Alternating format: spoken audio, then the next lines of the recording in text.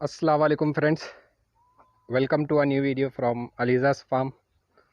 Friends, आज मैं आपको जो मेरी हिस्ट्री है फार्मिंग की, जहाँ से मैंने स्टार्ट किया था, जैसा मैंने शेड अपने फार्मिंग के लिए यूज़ किया था स्टार्टिंग में, आज मैं आपको वो शो करने जा रहा हूँ। ये वीडियो उन लोगों के लिए काफ़ी ज़्यादा फ़ायदेमंद होगी इंशाल्लाह, जो कि इस बिज़नेस में आना चाहते हैं, जो कि गोट फार्मिंग का बिज़नेस जैसे आप जानते हो काफ़ी ज़्यादा लोग पसंद कर रहे हैं ये बिज़नेस करने के लिए, क्योंकि अक्सर आजकल लोग यूट्यूब पर बहुत ज़्यादा सर्च करते हैं इस बारे में। तो मैंने सोचा आपको, जब आप स्टार्टिंग करते हो तो बहुत ज़्यादा क्वेश्चंस आपके दिमाग में आती हैं कि आपको शेड कैसे तैयार करना है, कौन सी बकरियों से तैयार करना है और कैसा उसका मैनेजमेंट होना चाहिए। आप लोग ये तो बहुत सारी वीडियोस देखते ही हो यूट्यूब पर, लेकिन अगर मेरी वीडियो से किसी एक को भी फ़ायदा हो जाएगा तो मेरे लिए बहुत बड़ी बात है, क्योंकि मैंने इस शेड से काफ़ी ज़्यादा फ़ायदा उठाया हूँ और आज जो भी हूँ इसी शेड की बदौलत हूँ। तो आपको सोचा कि कम से कम खर्च में कैसा आपको एक शेड तैयार करना चाहिए और कैसा इसका मैनेजमेंट हो, क्या-क्या आपको इसमें प्रॉब्लम आती है और कैसे आपने उसे हैंडल करना है।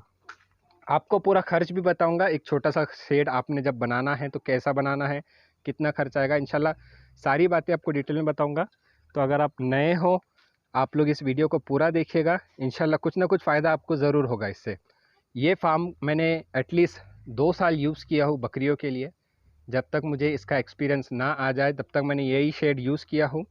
वैसे तो हमारा काम काफ़ी ओल्ड है, यानी ये मेरे फादर से ही चलता आ रहा है गोट फार्मिंग। इसे मैंने कंटिन्यू किया हुआ आगे, और अभी जो मेरा शेड है वो दूसरा है। आप लोग जैसे कि देख ही सकते हो इसकी हालत, ये पूरा टूट चुका है। इसको अभी तकरीबन 3-4 साल हो रहे हैं, लेकिन मैंने इसे 2 साल यूज़ किया था। इसे मैंने बनाया ही ऐसा था कि मैं इसे एटलीस्ट 1.5 से 2 साल यूज़ करूँ। तो आइए मैं इसकी डिटेल आपको बताता हूँ और बताता हूँ कितने खर्च में मुझे ये फार्म मैंने बनाया था और ऐसा फार्म मैंने क्यों बनाया था, क्या-क्या मुझे दिक्कतें आई थी, मैंने उसे कैसे हैंडल किया। तो आइए आपको अंदर से मैं ये शेड बताता हूँ। सबसे पहले एक बार बाहर से आप लोग इसे देख लीजिए। तो चलिए यहाँ से ही शुरुआत करते हैं। मैं आपको प्राइजेज़ के साथ बताऊँगा, क्योंकि मैंने इसे बहुत कम प्राइजेज़ में बनाया था। जैसे आपको अभी ये जो हमारा एंट्रेंस का गेट दिख रहा है, ये सारा ऑलमोस्ट जितना भी मटेरियल है, इसमें से सारा मटेरियल मैंने सेकंड हैंड ही बाय किया हूँ। किसी का फार्म टूट रहा था तो मैंने उनसे ये चीज़ें लेकर मैंने ये फार्म हमारे स्टार्ट किया हूँ। तो ये जो गेट था यही बस यानी यही हमने परचेज़ किया था, जिसका कॉस्ट हमें 900 रुपीज़ आया था उस पीरियड में। अभी का मुझे पता नहीं, लेकिन ये 900 का, क्योंकि ये मोटा थिक थिक वाला एक गेट था। इसमें अलग-अलग क्वालिटीज़ के आपको गेट आते हैं। अभी आपको ये जो मैं अलग से रूम बता रहा हूँ इसका कॉस्ट नहीं बताऊँगा, सिर्फ़ एक शेड का आपको कॉस्ट बताऊँगा। अभी आपको ये जो स्टील की रॉड दिख रही है बड़ी-सी, ये हमने गेट को सपोर्ट करने के लिए लगाया था। लेकिन आपको अगर सिर्फ़ शेड बनाना है तो यहाँ पर से आपको एक और रॉड लगानी होगी, क्योंकि इसके लिए भी आपको एक सपोर्ट की ज़रूरत पड़ेगी। तो ये 900 का हमारा गेट हो गया। अभी आपको ये जो चैन लिंक दिख रही है, ये भी मैंने सेकंड हैंड परचेज़ किया था। अभी ये जो बाहर का हिस्सा है इसके बारे में बाद में बात करेंगे, लेकिन अभी ये अंदर का ही बता देता हूँ। तो ये जो चैन लिंक है ये भी मैंने सेकंड हैंड परचेज़ किया था, जो कि आपको पहले एरिया बता देता हूँ। ये जो हमारा एरिया है 10 बाय 30 का एरिया है, यानी 300 स्क्वायर फीट है। आपको जब आप बकरियाँ डालते हो तो आपको ये बात याद रखना है, आपको कितनी बकरियाँ डालनी है और कितना आपको एरिया चाहिए। क्योंकि मैंने 10 बकरियों से स्टार्ट किया था। ये हमारा 300 स्क्वायर फीट है। अगर आपको एक कैलकुलेशन लगाओगे, एक बकरी को 16 स्क्वायर फीट की जगह काफ़ी होती है, बहुत ज़्यादा हो जाती है, सफिशिएंट होती है उसके लिए 16 स्क्वायर फीट की जगह। तो इसमें आराम से 20 बकरियाँ आ जाती है, उसके हिसाब से हमने ये शेड बनाया था। तो आइए इसकी डिटेल के पास आते हैं वापस। तो ये जो चैन लिंक है ये हमने टोटल 70 फीट है ये टोटल। यहाँ पे जैसे 30, उधर 10 और उधर 60, सॉरी उधर 30, तो ये टोटल 70 फीट है, जिसका उस पीरियड में हमें प्राइस लगभग 5 यानी 4000 तक कुछ आया था इसका हमें खर्च, ये चैन लिंक का सिर्फ। अभी तो ये काफ़ी कॉस्टली हो चुकी है, 72 रुपीज़ पर केजी कुछ चल रहा है। दूसरी बात अभी आपको अंदर जाकर बताता हूँ। अभी आपको चैन लिंक का तो मैंने बता दिया हूँ, जो कि कॉस्ट हमें आया था। अभी आपको ये जो चीज़ दिख रही है लकड़ी की, इसे हम लोग बल्ली कहते हैं। ये हमने 10-10 फीट की लिया था, जो कि 2 फीट अंदर गाढ़ा है, और 8 फीट का हमने इसे ऊंचाई दिया है। हमने ज़्यादा इसे ऊंचाई नहीं दिया है, क्योंकि यहाँ पर अक्सर ज़्यादा हवा चलती है और इसमें जो जो है तो पानी भी बहुत ज़्यादा होता है यहाँ पे। तो ये हमारा एक लॉजिक, हमारा थिंकिंग था, इसीलिए हमने इसे कम ही हाइट दिया और इसमें हमें कोई दिक्कत नहीं आई है कम हाइट में। अक्सर लोग ज़्यादा बड़ी हाइट देते हैं गर्मी के कारण, हवा आने के कारण, लेकिन यहाँ पे ऑलरेडी बहुत ज़्यादा हवा चलती है, इसीलिए हमने इसे कम हाइट दिया है। तो ये जो बल्ली है हमें अराउंड 100 रुपीज़ की कुछ लगी थी उस पीरियड में। हमने ये न्यू लाए थे सारे, और ये नीलगिरी की लकड़ी है, ये जल्दी से सड़ती नहीं है। और इसकी लाइफ हमने और ज़्यादा बढ़ा दी थी, क्योंकि हमने यहाँ पर जो था इसे सोल्यूशन लगाया था जो कि एंटीबैक्टीरियल होता है, और इसमें जो है हमने सीमेंट फिल किया था। सीमेंट फिल करने का फ़ायदा ये होता है कि जल्दी से लकड़ी सड़ती नहीं है। तो ये हमें टोटल 12 लगी थी, जो कि 100 रुपीज़ की कॉस्ट हमें आई थी। ऊपर छोटा छोटा खर्च लगा था जो कि कील था या फिर ऐसे क्लिप्स थे, तो कुछ ऐसे समथिंग हमारे को उसको भी 200-300 कॉस्ट आया था। ठीक है, तो आपको ये मैंने बता दिया हूँ। अब ये जो ऊपर का साइड है मेटल शीट, मैंने जैसे आपको पहले ही बताया वो सारी चीज़ें मैंने सेकेंड हैंड यूज़ किया हूँ। अगर किसी का फार्म आपके आसपास अगर लग रहा है कि किसी का फार्म ओपन हो रहा है, किसी का फार्म सेल के लिए है, तो आप लोग उनसे परचेस कर सकते हो, या बंगार वाले की शॉप पर भी आप जाकर, उनके पास भी रेगुलर ये चीज़ें आती रहती है, तो आप उनसे भी परचेस कर सकते हो। मेरा मकसद यही था कि मुझे कम से कम कॉस्ट में अच्छे से अच्छा शेड बनाना है। 2 बातों का मैंने ध्यान दिया कि मुझे कम पैसों में शेड बनाना है, और इस बात का ध्यान रखना है कि मेरे बकरियों को कोई तकलीफ़ ना हो। क्योंकि मैं अगर ऐसा सोचूंगा कि मैं बस कम पैसों में फार्म स्टार्ट करना चाहता हूँ और मैं उसे कैसे भी बना लूँगा बिना मैनेजमेंट के, तो इनडायरेक्टली मेरी बकरियों को उसमें प्रॉब्लम होने वाली है और मुझे वो नुकसान होने ही वाला है। तो ये बहुत सारी बातें आपको ध्यान में रखनी होती है। 2 पैसा कभी कभी आपको खर्च भी करना होता है ताकि आपकी बकरियाँ सेफ़ रहे। और मैंने जैसे आपको बताया मैं देसी बकरियों से ही स्टार्ट किया था। अब देसी बकरियाँ ही क्यों, वो इंशाल्लाह आपको एक अगले पार्ट में बता दूंगा, उसके क्या फ़ायदे होते हैं, क्या नुकसानात होते हैं। तो हो गया हमें इसका सॉरी, ये जो बल्लियों का हो गया हमारा, मैंने आपको शीट बताया। तो अभी जैसे मैंने आपको एरिया बताया ये 30 बाय 10 का है। इसमें हर एक रो में मुझे 4 शीट लगे थे जो कि 3-3 फीट की थी, यानी उनका जो वेट था वो 3 बाय 10 की थी। ठीक है, तो मुझे यहाँ पे 4 पूरे टोटल मुझे 12 लगे थे। ठीक है, जो कि मुझे पर पीस 150 से 200 में पड़े थे, वो एक्चुअली याद ही नहीं मुझे, लेकिन ये भी मुझे अच्छी कंडीशन में मिले थे क्योंकि अभी तो ये ख़राब हो चुके हैं, काफ़ी ओल्ड हो चुके हैं इसीलिए। तो ये भी समथिंग मुझे 1200 या 1300 में कुछ पड़े थे। ठीक है, और उसके बाद आपको ये जो साइड के दिख रहे होंगे, ये क्यों लगाया था मैंने, क्योंकि जो बारिश मैंने आपको जैसे बताया बारिश काफ़ी ज़्यादा होती है, इसी के कारण मैंने ये साइड से लगाया था ताकि जो पानी आता है बारिश का वो फार्म में ना एंटर हो सके। और साथ ही में मैंने यहाँ पर इसको, जब पानी आता है या जब सर्दियों का मौसम होता है, तो इसको हम कवर कर लेते हैं प्लास्टिक शीट से, जिसे हम लोग तप्पड़ भी कहते हैं। तो उसका एक अलग खर्चा आएगा आपको। और ये जो 3 थे ये कुछ ज़्यादा मैंने महंगे नहीं खरीदे थे, ये सारे मैंने सेकेंड हैंड ही खरीदे थे। अभी आप लोग ये देख रहे होंगे कि मैंने इस साइड से पूरा कंप्लीटली लॉक किया हूँ। इसकी वजह ये थी कि ये साइड से बहुत ज़्यादा हवा आती थी और कुछ जानवरों का भी खतरा होता था, जैसे मेरा ये फार्म खेत में बना हुआ है, तो इसीलिए मैंने ये सोचा कि इस साइड को पूरी तरीके से ही कंप्लीट कर लेते हैं। इसका कुछ ज़्यादा खर्च आ नहीं रहा है, वैसे भी थोड़ी ज़्यादा सेफ्टी हो जाएगी, तो मैंने ये साइड से पूरा कवर कर लिया था। ठीक है, अभी ये आप कंसिडर मत कीजिए क्योंकि मुझे ये वॉल बनाना ही था, यहाँ पे हमारा रूम ऑलरेडी बना हुआ था, तो हमने इसीलिए यहाँ पर एक शेड बना लिया। अभी कुछ लोग कहेंगे कि यहाँ पर ये जो मिट्टी थी इससे काफ़ी ज़्यादा दिक्कत आएगी जानवरों को, तो हाँ इससे काफ़ी ज़्यादा दिक्कत आएगी, लेकिन ये एक्चुअली मिट्टी नहीं है। मेरी यहाँ पर बहुत बड़ी एक गलती हो चुकी थी कि मैंने इसे सीमेंट का बनाया था। अभी देख लीजिए आप, ये सीमेंट का गोबा जिसे कहते हैं वो किया गया है। ये आप लोगों को बिल्कुल नहीं करना चाहिए फार्म में। ये क्यों नहीं करना चाहिए, क्योंकि जब आपकी बकरियाँ पेशाब करती है तो वो पेशाब इसी पर रहता है, ज़मीन उसे सोखती नहीं है, उससे बैक्टीरिया पैदा होने का बहुत ज़्यादा चांसेस होते हैं और आपका जानवर उससे इनडायरेक्टली बीमार होता ही है। तो आपको करना क्या है, कभी भी सीमेंट का गोबा मत कीजिए। और दूसरी बात, आपके जानवर को आपको ड्राई रखना है, आपको उसे पानी से बचाना है।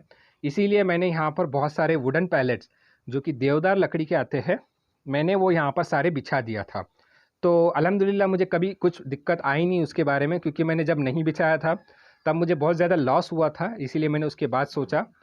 तो ये सारी चीज़ें आपको एक्सपीरियंस लेने के बाद ही आएगी, आपको अचानक कोई भी चीज़ सीखने के लिए नहीं मिलेगा। आप चाहे यूट्यूब में 100 वीडियोज़ देख लीजिए, 100 वीडियो देख लीजिए, आप जब फार्म में उतरोगे, फील्ड में उतरोगे, तो आपको दिक्कतें क्या क्या आती है, परेशानी क्या क्या आती है, वो सारी चीज़ों का पता चलेगा। मैं आपको एक मोटी मोटी जानकारी देना चाहता हूँ, इंशाल्लाह मैं कुछ जानकारी इन्फॉर्मेशन की वीडियोज़ भी बनाऊँगा, क्योंकि हमारे को इतना टाइम मिलता नहीं है कि आपके लिए कुछ अच्छी वीडियोस बना सके इन्फॉर्मेशन की। अक्सर मेरे चैनल पर आप लोग सेल की वीडियो ही देखते हो, लेकिन कोशिश करूँगा आपको एटलीस्ट 1 या 2 इन्फॉर्मेशन की वीडियो भी बताने के लिए। तो ठीक है, मैंने जो ज़रूरतमंद जानकारी थी आपको बता दिया हमारे अंदर के बारे में कि मुझे कितना शेड के लिए खर्च आया था। आप ऐसा समझ लीजिए, ये जो मैंने शेड था ये बहुत कम खर्च में, यानी मैंने 15 से 16 हज़ार में ही ये शेड तैयार कर लिया था, क्योंकि सारा मैंने मटेरियल था वो वेस्ट मटेरियल यानी जो बंगार का मटेरियल था वो यूज़ किया था। आपको मैं बार बार ये बात दोहरा रहा हूँ, आप जितना हो सके उतना कम यूज़ कीजिए पैसा, लेकिन इस बात का ख्याल रखिए कि आपके जानवरों को कोई भी तकलीफ़ ना हो। ठीक है, अगर जानवरों को तकलीफ़ होगी तो आपको वो नुकसान का सबब होगा, यानी आपको काफ़ी ज़्यादा नुकसान उसमें उठाना होगा। अब आइए ये बाहर की ओर। ये स्टार्टिंग में मैंने नहीं बनाया था, ये मुझे बाद में बनाना पड़ा। क्यों बाद में बनाना पड़ा? उसके भी कई कारण हैं। जैसे आप लोग अभी जानते होंगे, बारिश का सीज़न 4 महीने चलता है। तो अभी आप मुझे ये बोलोगे कि आप यार भाई ये 4 महीने आप इसमें नहीं रख सकते हो ना जानवर। तो उसी का कारण है मैंने ये बाहर का जो शेड था वो बनाया था। ठीक है, यहाँ पर मैंने ऊपर इसे कवर कर लिया था, जो कि ऐसी जो तप्पड़ आती है, प्लास्टिक की कवर आती है, ताकि हमारा जानवर पानी से बचा रहे और उसको खाने में कोई तकलीफ़ ना हो। और देखिए मैंने यहाँ पे एक देसी जुगाड़ किया था फीडर के लिए। काफ़ी ज़्यादा अच्छा ये जुगाड़ मैंने किया था, आप लोग देख सकते हो। यहाँ पर मैंने कुछ मोटी सी लकड़ियाँ गाड़ कर, यहाँ पर हमारे पास बाँसों की जो झाड़ थे वो डाला था, ताकि यहाँ से जानवर आसानी से अपना मुंह डालकर खा सके। तो ये बहुत अच्छा ऑप्शन हो गया था मेरे लिए। ये जो मैंने टीन लगाया था इसमें, इसे गोल करके इसे टीन लगा दिया था, इसमें जानवर काफ़ी आसानी से खा लेते थे और जैसे ही शाम होती थी वो अंदर जाकर बैठ जाते थे। तो मैंने ये इनके लिए एक फ्री एरिया रखा था, क्योंकि जानवर अक्सर बारिश में काफ़ी ज़्यादा आपको तकलीफ़ होती है छोटे से शेड में। अगर आपका मैनेजमेंट ठीक से नहीं होगा तो सबसे ज़्यादा प्रॉब्लम आपको बारिश में ही होने वाली है। 4 महीने आपके लिए बहुत ज़्यादा दिक्कत के रहेंगे। फार्म बनाते टाइम आपको ये बात ध्यान रखना है कि बारिश के लिए आपने क्या मैनेजमेंट किया है, वो आपको बहुत अच्छी तरीके से सोचना है। आपने सर्दियों के लिए क्या मैनेजमेंट किया है, वो बहुत अच्छी तरीके से सोचना है। जैसे आपको बताया, सर्दियों में ये मेरा पूरा फार्म कम्प्लीटली पैक हो जाता था। वो साइड तो मैंने ऑलरेडी पैक ही किया हूँ, लेकिन ये 2 साइड मुझे पूरा पैक करना होता था। और एक बात आपको बहुत ज़्यादा इंपॉर्टेंट बताना चाहूँगा, अगर आपका फार्म किसी खेत साइड में है तो आपको एक चीज़ बताऊँगा, ये जो आपको मुर्गा जाली दिख रही है, बहुत ही कम गैप होता है इसमें। ये लगाना बहुत कंपलसरी हो जाता है। जैसे आप अभी देख रहे हो, ये हमारा देसी मुर्गियों का फार्म है। इंशाल्लाह आपको ये भी पूरा कंप्लीट बताऊँगा। एक आपको बस व्यू बता देता हूँ इसका। ये देखिए, यहाँ पर भी हम लोग कॉस्ट कटिंग कर रहे हैं, ये सारा झूठा खाना है।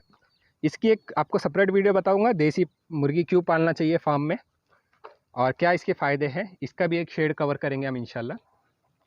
पहले इस पर आ जाते हैं। तो देखिए, मैंने यहाँ पर जैसे आपको बताया, ये बनाने का मकसद यही था कि जानवर जब मेरा अंदर बारिश में रहेगा तो जैसे ही बारिश खुलेगी उनको यहाँ पर खाने के लिए एक प्रॉपर प्लेस रहेंगी। क्योंकि जैसी देसी बकरी अगर आप पालोगे तो आप लोग मोस्टली ये चाहते हो कि वो बकरियाँ चर कर आए, ठीक है, यानी ग्रेजिंग करके आए। आप लोग उसे बहुत कम ऐसे लोग होंगे जो देसी बकरियों को स्टॉल फीडिंग पे रखते हैं, और मैं भी यही चाहूँगा कि आप लोग भी उसे ग्रेजिंग के लिए रखिए। ग्रेजिंग के लिए प्लेस नहीं है। जैसे अभी हमारा ये जो फार्म है, इस पर जब माल लग जाता था, यानी इस पर जब हम लोग गेहूँ दाने वगैरह जो भी लगा देते थे, तो बकरियों को चरने के लिए दिक्कत आती थी। तो ये प्लेस आपको काफ़ी ज़्यादा काम आएंगी। तो मुझे उम्मीद है आपको इस वीडियो से बहुत ज़्यादा फ़ायदा हासिल होगा और आपको एक आइडिया आ गया होगा कि अगर आपको गोट फार्मिंग स्टार्ट करना है तो आपको कितने से कितना खर्च इसमें करना चाहिए। और दूसरी बात मैं आपको बताना भूल गया, जैसे आप अभी ये पूरा शेड कंप्लीट देख रहे हो, तो ये पूरा कंप्लीट नहीं था। इसमें मैंने एक सेक्शन अलग से बनाया था छोटा सा वहाँ पर, जिसमें कि छोटे किड्स रखता था मैं। अब छोटे किड्स अलग से रखने की मसला यही है कि आप लोग जब उसे बड़े में रखेंगे तो मरने के चांसेस बहुत ज़्यादा हो जाते हैं, क्योंकि बड़े बकरियां मारते हैं अक्सर। तो आपको छोटे बच्चों के लिए एक सेक्शन अलग से ही रखना चाहिए, क्योंकि अक्सर ऐसा होता है कि कभी कभी बच्चे ज़्यादा दूध पीने के कारण भी लूज़ मोशन होकर वो मर जाते हैं। तो आपको बच्चों का हमेशा ये ध्यान रखना चाहिए, बच्चों को हमेशा सेपरेट ही रखिए, क्योंकि बड़े बकरियां अक्सर उन्हें मारते हैं। एटलीस्ट उन्हें 2 महीने, 1.5 से 2 महीने सेपरेट रखिए, इंशाल्लाह आपको उसमें बहुत ज़्यादा फ़ायदा होगा। तो ये सारी ज़रूरी बातें थी, मैंने आपसे करना चाहा। हो सकता है इसमें बहुत सारी बातें अभी भी मुझसे मिस हो गई हो, लेकिन एक छोटा सा आपको एक इन्फॉर्मेशन वीडियो बनाना था कि अगर आप स्टार्ट कर रहे हो गोट फार्मिंग, छोटे से छोटा प्लान बनाइए। हर बड़ी चीज़ छोटे चीज़ से ही स्टार्ट होती है। किसी ने एक दिन में एम्पायर नहीं बनाया, कोई भी एक दिन में राजा नहीं बन गया। इनके लिए बहुत ज़्यादा मेहनत लगती है, बहुत ज़्यादा लगन लगती है। अगर आप में हिम्मत है, अगर आप में जज्बा है मेहनत करने का, और आप में हौसला चाहिए, क्योंकि बकरे गोट फार्मिंग कोई आसान चीज़ नहीं होती है। लोग आपको बेवकूफ़ बनाते हैं, वो बात अलग है कि लाखों का करोड़ों का फ़ायदा इंशाल्लाह वो खुलासा होगा, मैं उस पर भी वीडियो बनाऊंगा। तो ये बहुत ज़्यादा मेहनत का काम होता है, बहुत ज़्यादा समझदारी का काम होता है, मैनेजमेंट का काम होता है। तो आपको ये सारी बातें नोट डाउन करनी चाहिए। आप कितनी भी बातें नोट डाउन कर लो, लेकिन एक्सपीरियंस जब तक आप फील्ड पे नहीं उतरोगे तब तक आपको एक्सपीरियंस नहीं आएगा उस चीज़ का। आप चाहे कितनी स्टडीज़ कर लो, और ये बात जो लोग करते हैं उनको पता ही है, जो गुड फार्मिंग पहले से करते हैं उनको पता है। तो मेरी ये वीडियो ख़ास तौर से न्यू कमर्स के लिए थी। अगर आपको वीडियो पसंद आया तो कमेंट करके बताइए, मेरी वीडियो को शेयर कीजिए, वीडियो को लाइक करना ना भूलें। उम्मीद है इससे आपको कुछ ना कुछ फ़ायदा होगा। तो ठीक है फ्रेंड्स, मिलते हैं अगले वीडियो में। इंशाल्लाह कोशिश करूँगा इन्फॉर्मेशन वीडियो आप लोगों के लिए लाते रहने की। तो ठीक है, अल्लाह हाफिज़।